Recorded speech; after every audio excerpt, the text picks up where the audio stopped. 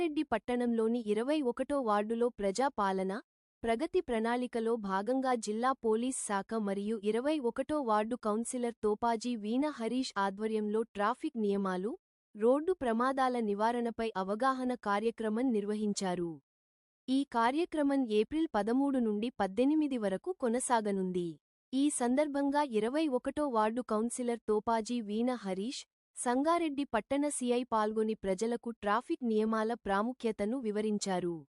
కార్యక్రమంలో స్థానిక ప్రజలు, యువకులు, స్కూల్ విద్యార్థులు పెద్ద సంఖ్యలో పాల్గొన్నారు. మైనర్లు బైక్ నడపకూడదని, డ్రైవింగ్ లైసెన్స్ పొందిన తర్వాత మాత్రమే వాహనాలు నడపాలని కౌన్సిలర్ తోపాజీ వీణ హరీష్ స్పష్టం చేశారు. తల్లిదండ్రులు పిల్లలపై ప్రత్యేక శ్రద్ధ వహించి, ట్రాఫిక్ నిబంధనలు పాటించేలా ప్రోత్సహించాలని సూచించారు.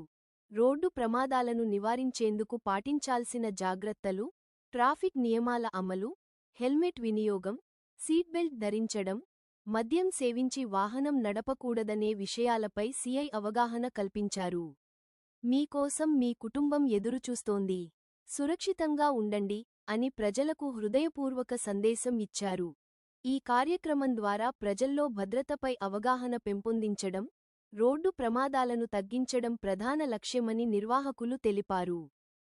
ఈరోజు ప్రతి గ్రామంలో, ప్రతి మున్సిపల్ వార్డులో ప్రతినిధుల భాగస్వామ్యంతో ఈ రోడ్డు ప్రమాదాల మీద అవగాహన కల్పించడం కోసం కార్యక్రమం ఏర్పాటు చేయడం జరిగింది. ఈరోజు ఇక్కడ 21 వార్డులో ఈ స్కూల్లో సాయిగ్రేస్ స్కూల్లో వీణా గారి కౌన్సిలర్ గారి ఆధ్వర్యంలో ఇక్కడ ఏర్పాటు చేయడం జరిగింది. సో అందరం కూడా, ప్రతి ఒక్కరూ కూడా, ఎందుకంటే ట్రాఫిక్ నిబంధనలు ఖచ్చితంగా పాటించాలి. దేశంలో రోజు కూడా వేరే కారణాల కంటే కూడా రోడ్డు ప్రమాదాల వల్ల చాలా ఎక్కువ మంది చనిపోవడం జరుగుతుంది. చాలా కుటుంబాలు ఆర్థికంగా రోడ్డున పడుతున్నాయి. సో కాబట్టి ప్రతి ఒక్కరూ కూడా బైక్ తీసేటప్పుడు ఖచ్చితంగా హెల్మెట్ ధరించాలి. అదేవిధంగా కారు తీసేటప్పుడు సీట్ బెల్ట్ పెట్టుకోవాలి. ఆల్కహాల్ తాగి ఎట్టి పరిస్థితుల్లో కూడా డ్రైవింగ్ చేయరాదు. మీకోసం మీరు బయటికి వెళ్ళిన తర్వాత మళ్ళీ తిరిగి క్షేమంగా ఇంటికి రావడం కోసం మీకోసం మీ కుటుంబం ఎదురు చూస్తుంది అన్న విషయాన్ని గుర్తుపెట్టుకోండి. మీరు వైన్ షాప్కి వెళ్ళే ముందు నా కోసం నా ఫ్యామిలీ ఎదురు చూస్తుంది అన్న విషయాన్ని మనసులో పెట్టుకుంటే తాగి ఎవరు కూడా బండి నడపరు. కాబట్టి దయచేసి అందరూ కూడా మీ కుటుంబం యొక్క క్షేమం మీ చేతిలో ఉంది. మీ కుటుంబం యొక్క భవిష్యత్తు మీ చేతుల్లో ఉంటుంది. ఎందుకంటే ఒక సంపాదించే వ్యక్తి ఆ రోజు వరకు ఆ కుటుంబాన్ని చక్కగా చూసుకుంటున్నప్పుడు సడన్గా ఒకరోజు ఆ వ్యక్తి లేడంటే ఆ కుటుంబం పరిస్థితి చాలా దయనీయంగా మారుతుంది. కాబట్టి అందరూ కూడా రోడ్డు నిబంధనలు చక్కగా పాటించి, ఆ పాటించకపోవడం వలన ఎదుటి వాళ్ళకే కాకుండా ఒక్కొక్కసారి తనకు కూడా ప్రమాదం జరిగే అవకాశం ఉంటుంది. కాబట్టి ఎవరు నష్టపోయినా కూడా అది అంతిమంగా ఒక కుటుంబం రోడ్డున పడే పరిస్థితి వస్తుంది. కాబట్టి ప్రతి ఒక్కరూ కూడా ఖచ్చితంగా ట్రాఫిక్ నిబంధనలు ఖచ్చితంగా పాటించాలి. హరీబరీగా స్పీడ్గా నడపడం వల్ల ఎటువంటి ప్రయోజనం లేదు. ఒక 5-10 నిమిషాలు వ్యత్యాసం మన జీవితాన్నే మారిపోయేటట్లు చేస్తుంది. కాబట్టి అందరూ కూడా ట్రాఫిక్ నియమాలు ఖచ్చితంగా పాటిస్తూ అందరూ వాళ్ళ కుటుంబాలు మంచిగా చూసుకుంటారని ఆశిస్తున్నాం. వచ్చి పార్టిసిపేట్ చేసినందుకు నేను చాలా ధన్యవాదాలు తెలుపుతున్నాను. సార్ చెప్పినట్టు ట్రాఫిక్ రూల్స్ అండ్ రెగ్యులేషన్స్ ఖచ్చితంగా పాటించాలి. దీనికి పాటించాలంటే ఖచ్చితంగా తల్లులు ఎక్కువ బాధ్యత తీసుకోవాల్సి వస్తుంది. ఎందుకంటే వాడు 15 సంవత్సరాలు 14 సంవత్సరాలు ఉండగానే డాడీ అమ్మ అని బైక్ నడిపించాలి, కార్ నడిపించాలని నేను చెప్తున్నాడు. కొంచెం ఒక 18 సంవత్సరాలు వెయిట్ చేయమని చెప్పండి. ఫస్ట్ లెర్నింగ్ లైసెన్స్ తీసుకోవాలి. లెర్నింగ్ లైసెన్స్ తర్వాత లైసెన్స్ వచ్చిన తర్వాతనే ఖచ్చితంగా బైక్ కానీ కార్ కానీ నడిపేయడానికి మీరు పర్మిషన్ ఇవ్వండి. అట్లా మీరు కొంచెం స్ట్రిక్ట్గా పెంచండి, గారాబం చేయకండి పిల్లల్ని. ఎందుకంటే మా డాడీని చూస్తే ఇప్పటి కూడా మాకు భయం అవుతుంది. రాత్రి 10:30 అయిందంటే ఖచ్చితంగా ఫోన్, మా డాడీ దగ్గర నుంచి ఫోన్ వస్తుంది. ఇప్పుడున్న జనరేషన్ రాత్రి 2-3 గంటల ఏం చేస్తున్నారు అనిపిస్తుంది. వీళ్ళు ఏం చేస్తున్నారు, ఏం పని చేస్తున్నారో అర్థం కాదు. అయినా సరే వాళ్ళని నేను తప్పు పడతలేను. అంటే మా జనరేషన్ అట్లా అయిపోయింది. ఇప్పుడు ఇది ట్రెండింగ్. ఇప్పుడు రాత్రి ఎంత వెళ్తుంటే అంత గ్రేట్ అనుకుంటారు, కానీ చాలా తప్పు. అది ఏదైనా సరే అసాంఘిక కార్యక్రమాలు కానీ ఏదైనా తప్పులు కానీ ఇప్పుడు రాత్రి పనులు జరుగుతుంటాయి. దయచేసి తొందరగా పడుకొని తొందరగా వేస్తే మంచి ఎక్కువ పనులు చేసుకోవచ్చు. ఖచ్చితంగా బైక్ నడిపించేటప్పుడు హెల్మెట్ అనేది కంపల్సరీ. లోకల్ గల్లీలో తిరిగినప్పుడు లేకుండా సరే రోడ్డు మీద పోయేటప్పుడు మాత్రం ఖచ్చితంగా హెల్మెట్ ధరించాలి. హెల్మెట్ ఖచ్చితంగా కొనుక్కోవాలి. అది మామూలు హెల్మెట్ కాదు, మంచి హెల్మెట్ కొనుక్కుంటే. ఇప్పుడు ఒక ఫోను కొన్న తర్వాత ఖచ్చితంగా స్క్రీన్ గార్డ్ అంతా వేసుకుంటామా లేదా? అమ్మ చెప్పాలా, మీరు కూడా చెప్పాలి. వేసుకుంటామా లేదా? ఎందుకు వేసుకుంటాం?